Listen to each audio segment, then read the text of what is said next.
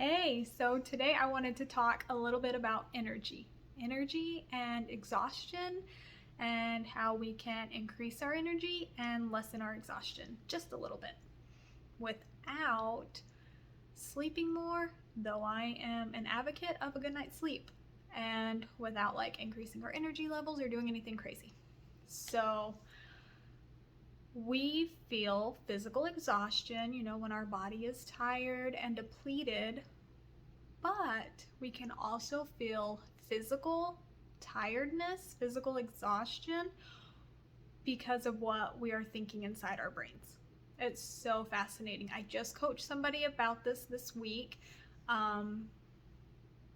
Her kind of example was she was working from home and her kids were home from school. They had online school that day, and so they were home and they were texting her because they had just finished their online work, and they're saying things like, hey, can I go play at this friend's house? Can I go see so and so? Can this friend come over and hang out here?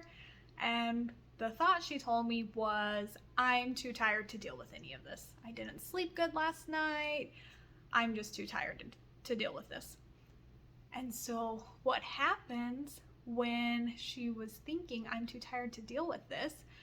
She was thinking over and over, I'm so tired, I'm so tired, I'm so tired. I can't handle this. And then her body is like, oh, gotcha. You're so tired. Right. I remember now. We're going to be super tired. And she was actually creating more exhaustion, more tiredness from herself just because she was thinking, I'm too tired to deal with this. It's so fascinating.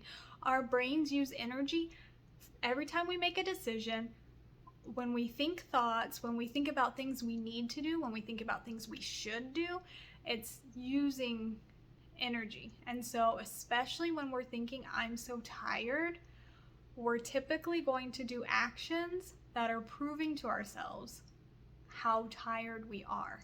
Because we can have physical tiredness, but so often we create so much more tiredness from our thoughts. So another fun example is, it's been several months now, but I had a bunco game at my house. Okay, so I had some friends over, we were playing bunco, I put my kids to bed.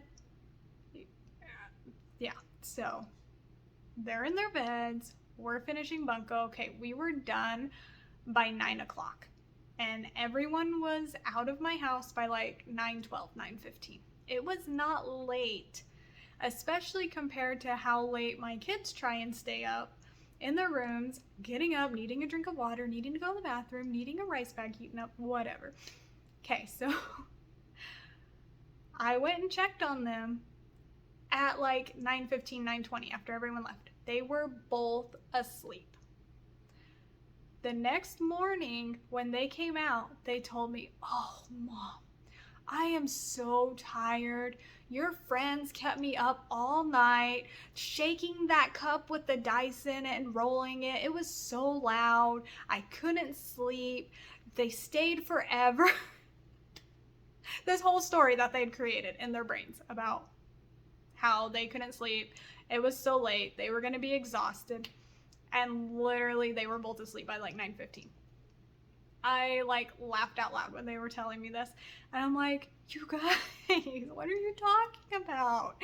You were asleep by 9:15. Like, I do try and put them to bed by like 8, but for whatever reason it seems, closer to 9 before they are actually asleep anyways. I'm like, it wasn't hardly any different than any other night, but because you are thinking, oh, I didn't get any sleep, I'm so tired, your body is just matching that. It is believing that thought and creating that sensation in your body. I thought it was hilarious. So tiredness is just a sensation in our bodies. Did you know that we can be tired and we can still show up? That we can be tired and we can still do the things we need to do? But we like compound our tiredness and make it worse and make ourselves not able to show up and be the way we want to be during the day when we talk about how tired we are, when we think about how tired we are, how it's not fair that we didn't get to sleep as long as we should have, how it should be a different way. Sometimes we're just tired. Sometimes we can just be tired and we can still go about our days. I've experienced this and experimented with it a lot over the last several months, especially since I have children that still come and wake me up. And I am so much more pleasant and nice, and I still can get everything I want to done when I'm tired. And that used to not be the case. So it's kind of fun, a little trick for your brain. I also heard someone say, or I read it in a book, it was a long time ago, but if you tell yourself at night that, oh, it's so late, I'm never going to be rested, I'm going to be so tired tomorrow, those are the last thoughts you are thinking before you go to sleep. Guess what you are going to be thinking when you wake up? Just like my kids with the bunko night. It's a self-fulfilling prophecy. And this book also said that if you go to bed and tell yourself, oh, I'm going to get the perfect amount of sleep that I need for me, I'm going to wake up and feel rested, I'm going to be rejuvenated and be able to do the things I want to do tomorrow, your body will also follow suit with that thought. And I've tried that. It does work. I should probably do it more often. But now I typically listen to a sleep story as I'm going to bed. And one of my favorite ones is rejuvenating sleep. And it just is like a 12-minute story that talks about how rejuvenating my sleep is going to be. And I put that on especially on nights that I'm maybe going to bed a little later or have a lot to do the next day. And it's super helpful. Never underestimate how powerful your brain is. It is absolutely incredible. So play with this. Have fun with it. Let me know if you notice any differences. Okay, I'll talk to you later. Bye.